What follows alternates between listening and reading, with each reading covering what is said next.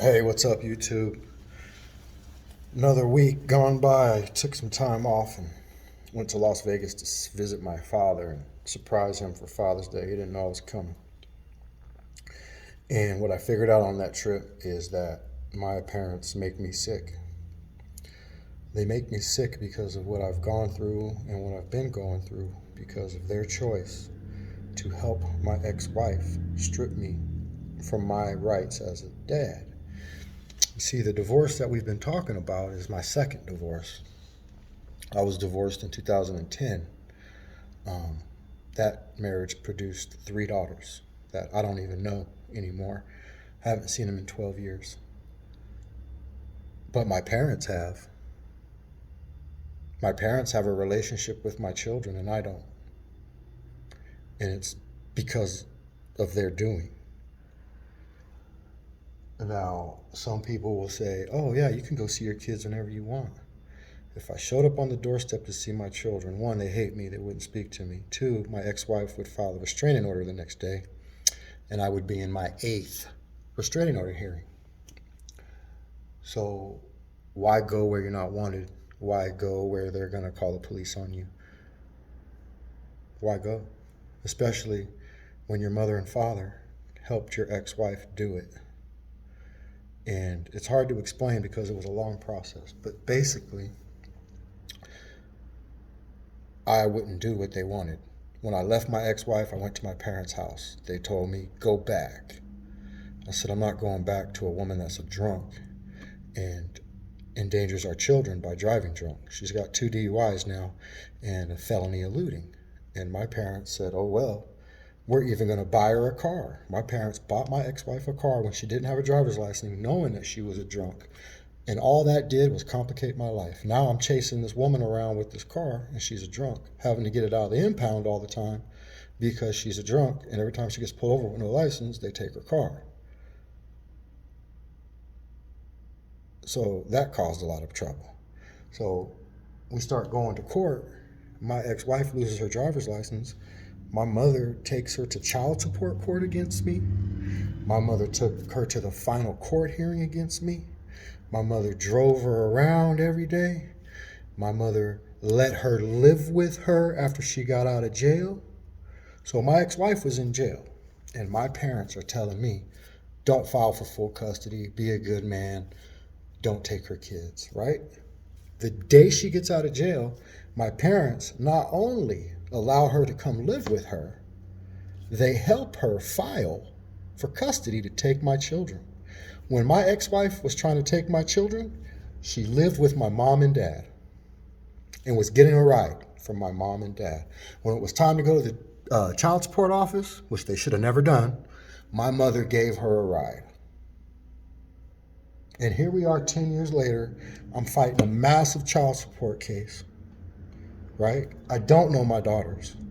If I paid all my child support off today, my kids would get like $6,000 a piece. But I guess that's better than having a dad. So I don't know what to do, but I do know I cannot be around my parents anymore.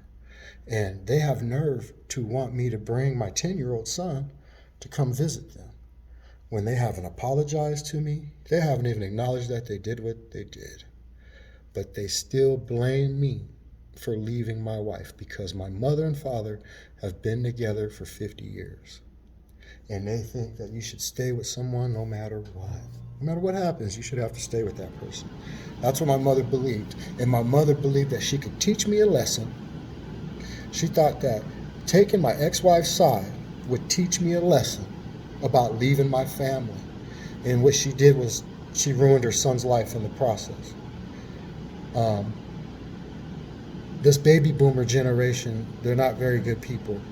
They spent more wealth than they've passed on. The sharecroppers from the early 1900s were able to pass on more wealth than black baby boomers. And the sharecroppers didn't even own the land, and they still left their kids more. My parents are very well off.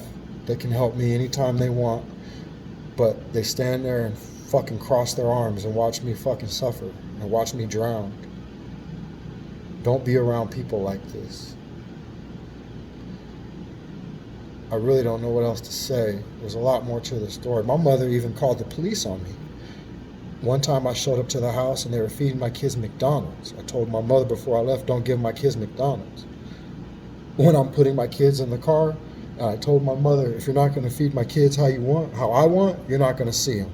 At least not with me not around. She looks at my father and says, Matthew, call the police. Mark is abusing the girls.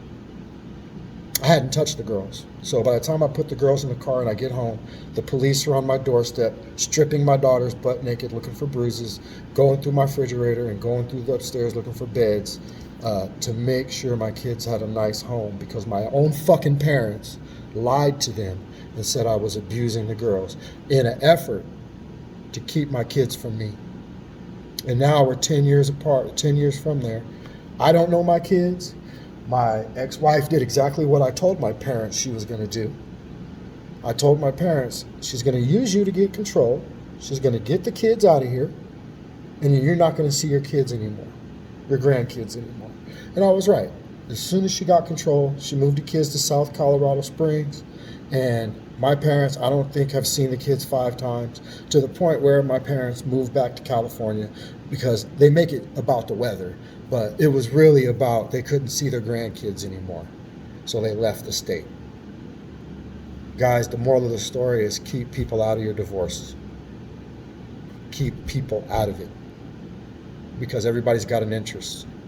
And those 2 people have the same interest. They'll team up on you and they'll take your children and then call you a deadbeat. I'm considered a deadbeat dad because I raised my children. I raised my oldest until she was 11. But when I'm going through a divorce, all of a sudden I'm an evil man that shouldn't have his kids.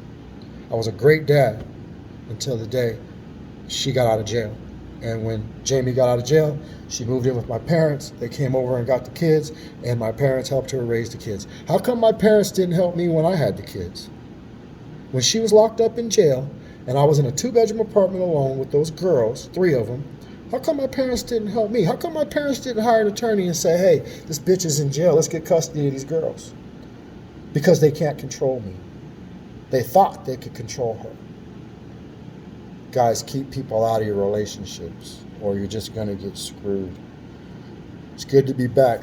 Please like and subscribe. My laptops were stolen, so I'm still getting my graphics back together. Take care of yourselves. I'll see you tomorrow.